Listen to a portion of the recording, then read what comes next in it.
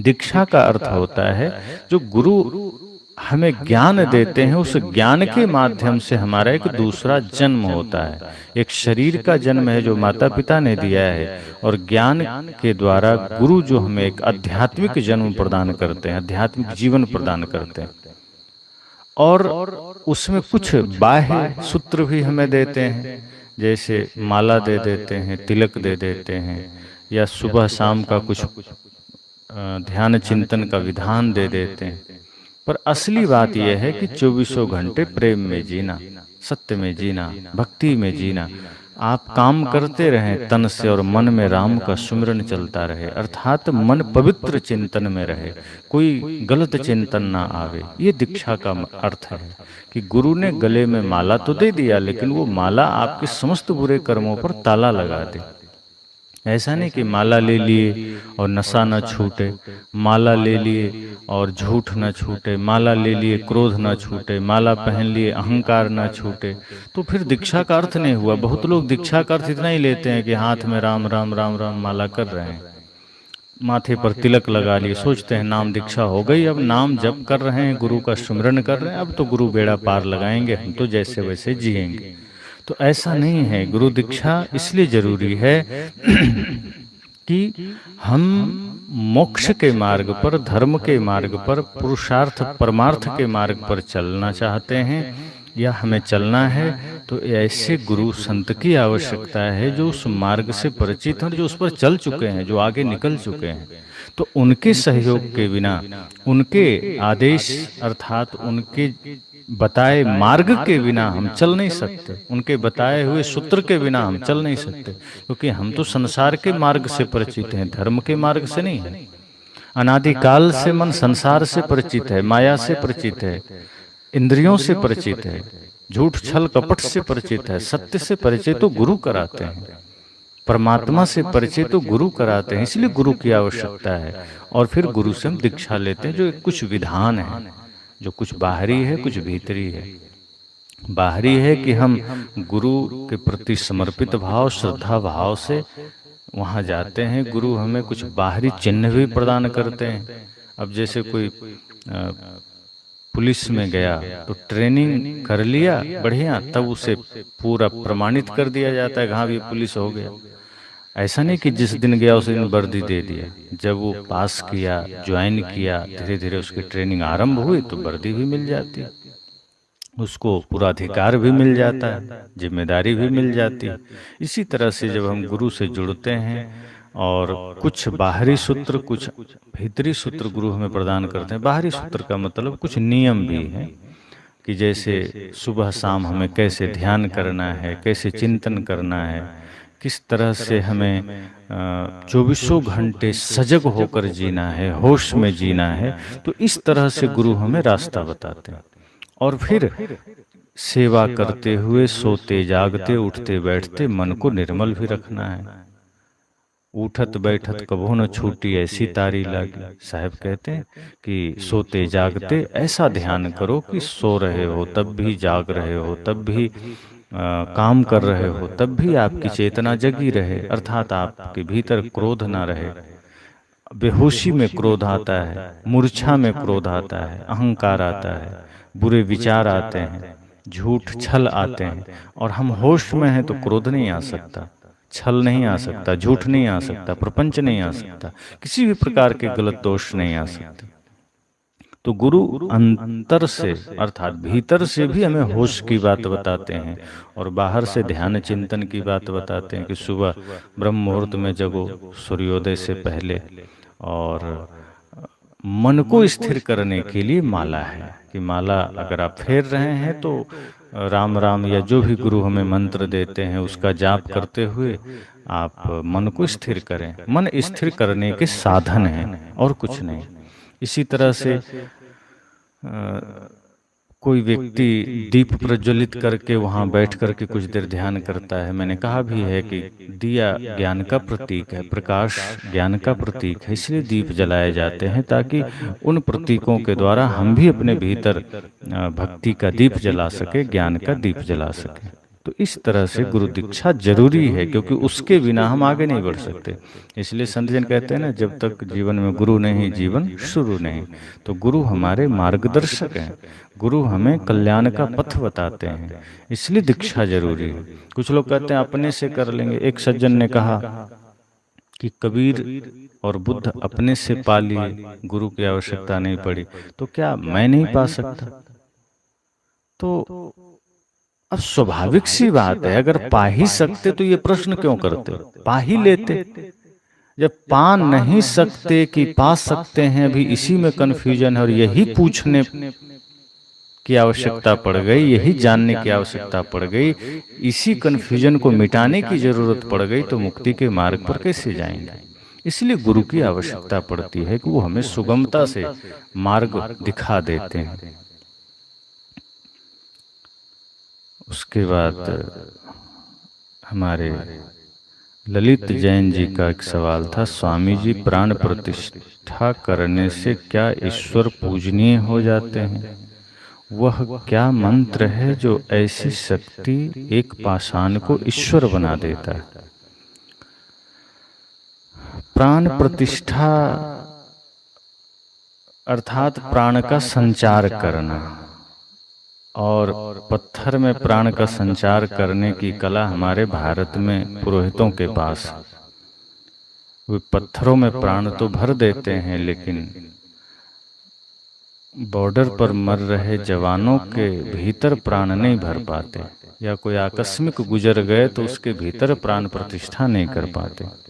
तो कई बार मैं सोचता हूँ कि जिन्हें हम सर्वज्ञ कहते हैं, सर्वशक्तिमान कहते हैं, पर ब्रह्म परमात्मा भगवान कहते हैं, उनकी मूर्ति में जो प्राण डाले वो कितना बड़ा होगा? भगवान को भी जिंदा करने वाला, उसके पत्थर में भगवान को जागृत करने वाला, तो फिर भगवान से भी बड़ा हुआ। ये कैसे संभव है?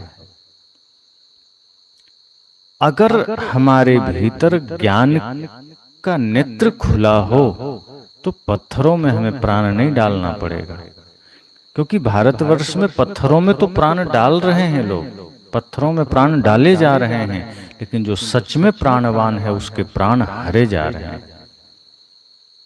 जो प्राणवान है उसकी हिंसा हो रही है।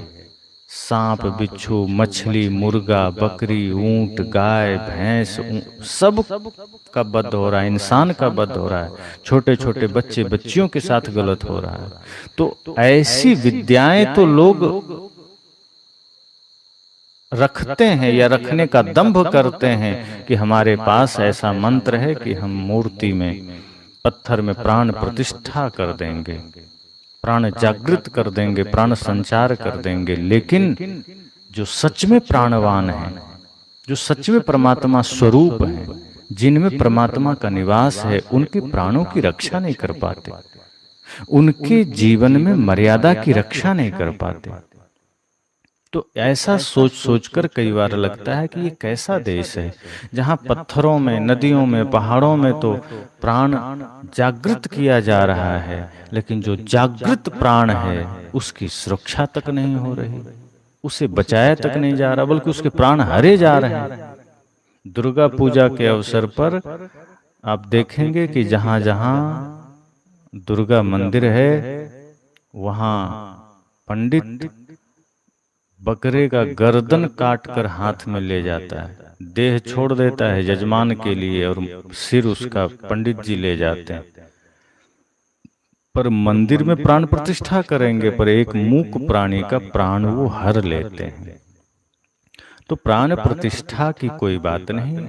अब एक आस्था है कि कोई व्यक्ति पत्थर में भी भगवान को देख लेता है, पर यह सार्थक तब है जब व्यक्ति पहले व्यक्ति में परमात्मा को देख ले, ऐसी पावन दृष्टि हो जाए कि समस्त सृष्टि में हम परमात्मा को देख सकें। तो यह तो एक अच्छी बात है कि चलो हमारी भावना ऐसी है कि हम पत्थरों में भी भगवान देख लेते हैं, लेकिन इंसानों में नहीं देख पाते। अगर हम समस्त सृष्टि में देख पाते, समस्त जीवों में देख पाते, और फिर पत्थर में भी देख लेते तो कोई हर्ज नहीं था। और पत्थर में देखने का दंभ है व्यक्ति के पास, लेकिन जहां सच में परमात्मा है वहां नहीं देख पाते, उसमें देखने की चेष्टा नहीं करते, जबकि वहां ही प्राण है। तो ये प्राण प्रतिष्ठा की जो बात है वो कल्पना है, कोई प्राण प्रतिष्ठा नहीं होता। ये एक भावना है। अगर इसमें कुछ सात्विक भाव से किया जाए तो एक भावना है कि चलो हमने पत्थर की एक मूर्ति बनाई तो पूजा पाठ करके इसको प्राण प्रतिष्ठा कर दें, लेकिन एक बचकानी खेल से ज्यादा कुछ नहीं। जो सब तरफ वही है, सब जगह वही है, तो फिर उसे किसी पत्थर में जागृत करना ये क्या है? अरे जागा हुआ ही है, उसे क्या जागृत करना? हम सोए हुए हैं, हमें जागने की जरूरत है, हमें उद्घाटित होने की आवश्यकता है। तो हम जो जागा हुआ है, जो जागृत है, परमात्मा को जगा रहे हैं किसी पत्थर में, अपने हृदय में प्रतिष्ठित करना चाहिए। पत्थर में कर भी दिया तो ताला बंद करके चल दिए, मिलना भी 24 घंटे में एक बार होगा। अच्छा हो कि हम परमात्मा को अपने हृदय में प्रतिष्ठित कर लें, अपने भीतर जो स्थित परमात्मा है उसको जागृत कर लें, तो समस्त सृष्टि हमारे लिए मंदिर हो जाए। कहीं एक जगह मंदिर बनाने से अच्छा है समस्त संसार को मंदिर के भाव से देखो। यह समाज, यह घर, यह देश मंदिर बन जाए, कोई जगह सूना ना रहे, हर जगह परमात्मा का निवास हो जाए। तो ऐसी शक्ति जो पाषाण को ईश्वर बना दे, ऐसी कोई शक्ति तो नहीं है। अगर ऐसी कोई शक्ति होती तो जो पहले से इंसान जो भगवान है उसके साथ इतना दुराचार ना होता, उसके साथ इतना व्यभिचार ना होता, इंसानों की बस्ती में इंसान इतना परेशान ना होता, इंसान इंसान का दुश्मन ना होता, रिश्तों की डोर इतनी कमजोर ना होती, नारियों का इतना अपमान ना होता। और आज वो सब हो रहा है, तो वो शक्ति कहाँ है जो पाषाण को इंसान भगवान बना रहा है? वो शक्ति कहाँ है जो ईश्वर को जागृत कर रहा है? ईश्वर तो खुद जागृत है, वो खुद प्रतिष्ठित है। अगर वो जागृत रूप में है तो उसे सृष्टि की रक्षा स्वयं करनी चाहिए। पर आदमी भगवान के साथ भी बचकाना मजाक करता है, उसे ऐसा बना देता है जैसे कि यह मालिक है, वह गुलाम है। उठाना, बैठाना, नहलाना, धुलाना, खिलाना, पर्दे लगाना, पर्दे हटाना, जब मनाया ताला लगा देना, जब मनाया ताला खोल लेना, एकदम पूरा ढोंग। भगवान के साथ भी ढोंग ही चलता है। तो ईश्वर पूजनीय है, लेकिन अगर वो हमारे हृदय में है, वो हम सब के हृदय में है, समस्त जीवों में है, और यह भाव जागृत हो जाए तो फिर सब जीव हमारे लिए पूजनीय हो जाएंगे। अगर ईश्वर पूजनीय है तो सभी जीव पूजनीय हैं, क्योंकि उसी में ईश्वर का वास है। गीता का हुआ श्लोक आप सुनते हैं, ईश्वर सर्वभूतानां हृदय से अर्जुन तिष्ठति, कि सभी भूत प्राणियों के हृदय में ईश्वर बैठा है। और आत्मा से अलग परमात्मा तो हमारे ऋषि भी नहीं कहते, वो कहते हैं आत्मा ही परमात्मा है। वेद के ऋषि तो कहते ही हैं उपनिषद के माध्यम से, अहं ब्रह्मास्मि। बल्कि एक जगह बात आई है श्लोक में कि जिससे आंखें देख नहीं सकती, बल्कि जिसकी सत्ता में आंखें देखती, जिसे कान सुन नहीं सकते, बल्कि जिसकी सत्ता में कान सुनते हैं, ऐसे ही समस्त इंद्रियों के बारे में कहा गया, उसे तू ब्रह्म जान। अर्थात यह आत्मा ही ब्रह्म है, अलग कुछ नहीं। तो वह भाव अगर समस्त जीवों में हो गया तो सभी जीव हमारे लिए परमात्मा हो गए, यह पूरा संसार ही मंदिर हो गया। विष्णु जी का कहना है, साहेब बंदगी साहब 26वां दिन प्रश्न पूछे थे, जवाब नहीं मिला, ध्यान नहीं है, आप फिर से प्रश्न करेंगे।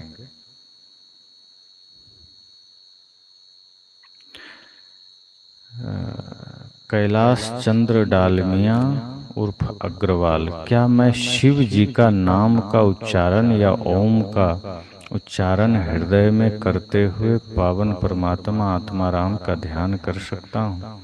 कोई भी पवित्र नाम का सहारा लेके आप कर सकते हैं, लेकिन यह ध्यान रखना है कि कोई भी नाम अंततः जड़ है, वह सिर्फ हमारे भक्ति मार्ग का सहायक है। आप आत्मा अर्थात स्वयं को जान लें, मैं कौन हूँ, यह भाव जागृत हो जाए, यही अंतिम बात है, और उसमें स्थित हो जाए स्वरूप में। बाकी सारे नाम सहयोगी हैं।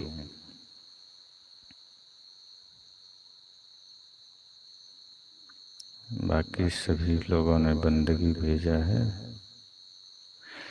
राजू शर्मा जी कहते हैं, साहेब जी दीक्षा लेने के बाद क्या करना होता है? दीक्षा लेने के बाद गुरु जो हमें मार्ग देते हैं उस पर चलना होता है। जैसे गले में माला पहन लिए,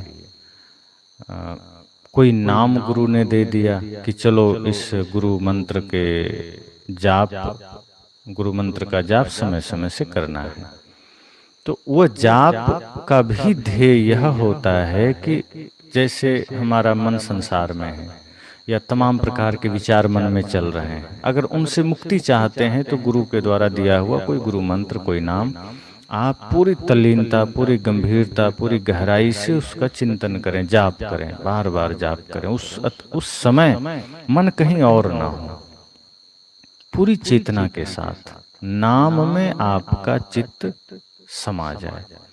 तो उससे क्या होगा कि जो हमारी मनोवृत्ति बहिर्मुख है वह अंतर्मुख होगी, जो मन दुनिया भर में भटक रहा है वह लौटेगा।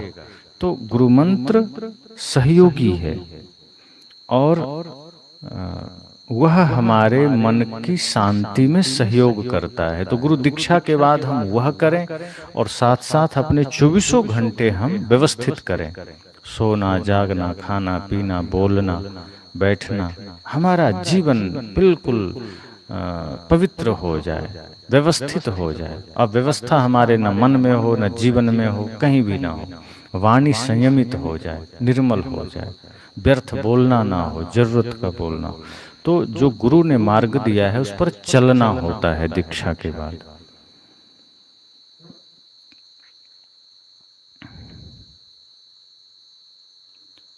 ललित जैन जी पुनः प्रश्न करते हैं, सत्य साधु और योगी में अंतर समझाएं।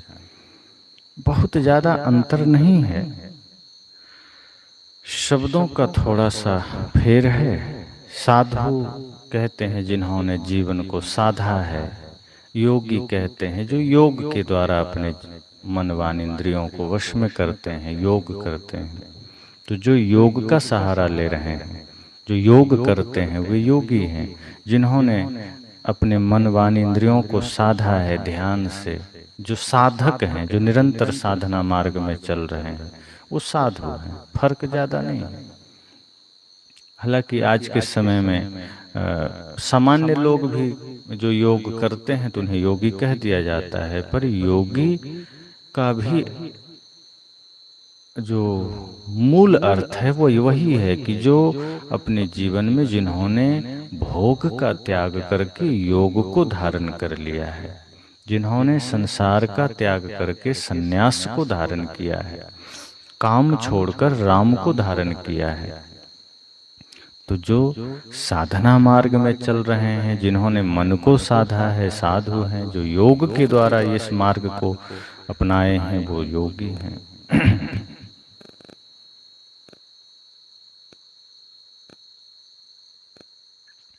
हंसराज जी का सवाल है, स्वामी जी जालंधर आपसे नाम दीक्षा के लिए कैसे मिलेंगे? 12 अक्टूबर को सुबह हम पहुंचेंगे जालंधर, जो वहाँ मेघ कबीरपंथी समाज का सत्संग है। तो उसमें आप सुबह 8-9 बजे आप आ जाएं तो मुलाकात हो जाएगी, भेंट हो जाएगी। क्योंकि एक दिन का सत्संग है और एक दिन ही हम ठहरेंगे, 12 को ही रात में 2 बजे। तारीख तो 13 हो जाएगी, लेकिन रात्रि 12 की ही रहेगी। तो उसी दिन हम निकल जाएंगे। चूँकि मैं लगातार आप सबको जानकारी दे रहा हूँ, सदगुरु कबीर साधना मंदिर अर्थात जहाँ हम हैं, इस आश्रम में वार्षिक सत्संग है, यथार्थ ज्ञान महोत्सव, जो कि 6वां है। यह आश्रम की स्थापना को ये 6वां वर्ष है। तो उस हेतु से अभी ज़्यादा समय न होने से यहाँ की व्यवस्था आदि की तैयारी में लगे होने की वजह से हम 13 को ही यहाँ अर्थात 12 को चल देंगे। तो आप वहाँ 12 को 8 बजे के बाद कभी भी आ जाएं अगर आप आस पास में हैं।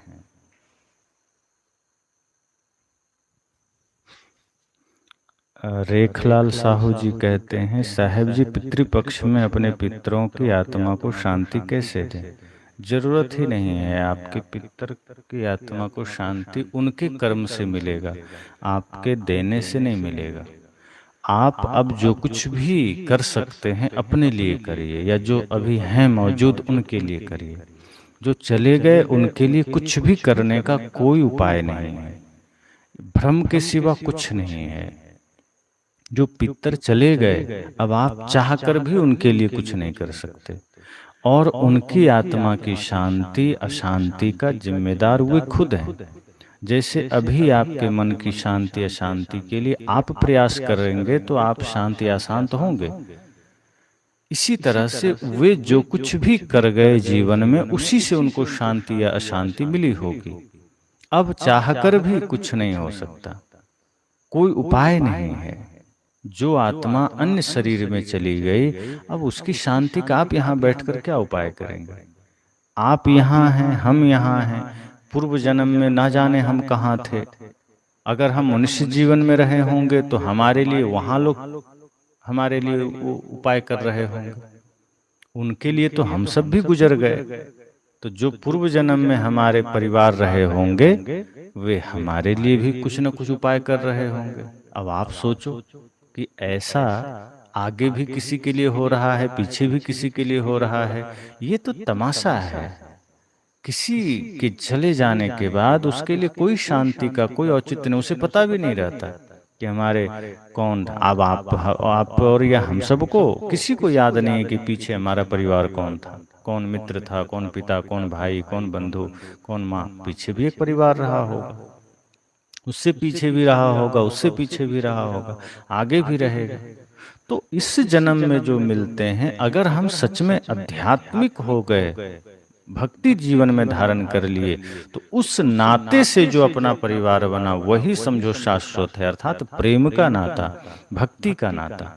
और भक्ति जीवन में आ गई तो किसी के लिए कुछ करने की आवश्यकता नहीं पड़ती, वो खुद जागृत हो जाता है, वो खुद शांत हो जाता है।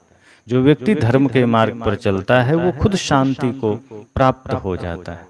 और जो नहीं चला, आप कुछ भी कर लें, कोई कुछ भी कर ले, वो गया काशी मथुरा द्वारिका कहीं जा करके तर्पण कर दे, कुछ नहीं होने वाला। तो शांति अगर देना है तो अभी वर्तमान में हम अपने आप को दें, या हमारे परिवार में जो कोई है हम उन्हें आध्यात्मिक जीवन के प्रति सजग करें कि कैसे हम जीवन में धर्म को धारण करें, अर्थात प्रेम, सत्य, अहिंसा, गुरु भक्ति को धारण करें, जिसके द्वारा हमें शांति मिलेगी। और शांति जीते जी मिल सकती है, मरने के बाद नहीं मिलेगी। उसके बाद तो सिर्फ फल मिलेगा जो हमने किया है, फिर कोई उपाय नहीं है। जब तक एग्जाम का समय है, 3 घंटे का समय है, उस बीच में आप कुछ भी कर सकते हैं, लिख सकते हैं, आपके हाथ में है। 3 घंटा ओवर हो गया, कॉपी छीन ली गई, अब आप कुछ नहीं कर सकते। आप सिर्फ इंतजार करिए फल का, पास या फेल। इसी तरह जीवन के इस प्रश्नों का उत्तर जब तक श्वास थी तभी तक दिया जा सकता था। श्वास निकल गई, अब आप चाह कर भी कुछ नहीं कर सकते। यहाँ तो फिर भी घूस चल जाता है कि अगर ठीक से नहीं भी लिखा तो पैसा खिला दो, तो एग्जामिनर नंबर बढ़ा देते हैं। पर जीवन के साथ ऐसा नहीं है। अगर यहाँ कर्म हमने अच्छा या बुरा किया है तो उस फल में बाद में कोई परिवर्तन नहीं हो सकता।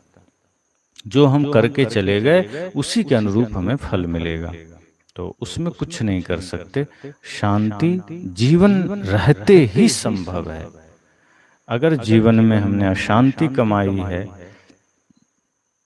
तो उसके बाद चले जाने के बाद शांति का कोई उपाय नहीं।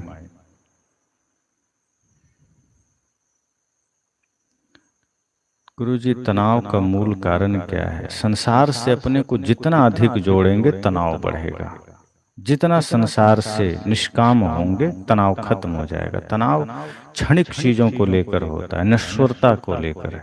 हम नश्वर चीजों के साथ जितना अधिक कनेक्ट होंगे, जुड़ेंगे, तनाव बढ़ेगा। अपेक्षा जितना करेंगे लोगों से उतना तनाव बढ़ेगा। स्वयं को वस्तुओं में जितना मेल जोल कर देंगे, उसी में शामिल कर देंगे, उतना तनाव बढ़ेगा।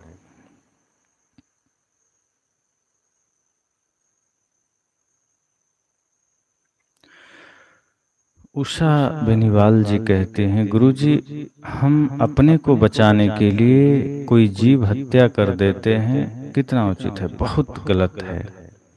अपने को बचाने के लिए जीवों की रक्षा करनी चाहिए तो शायद कुछ हो सकता है।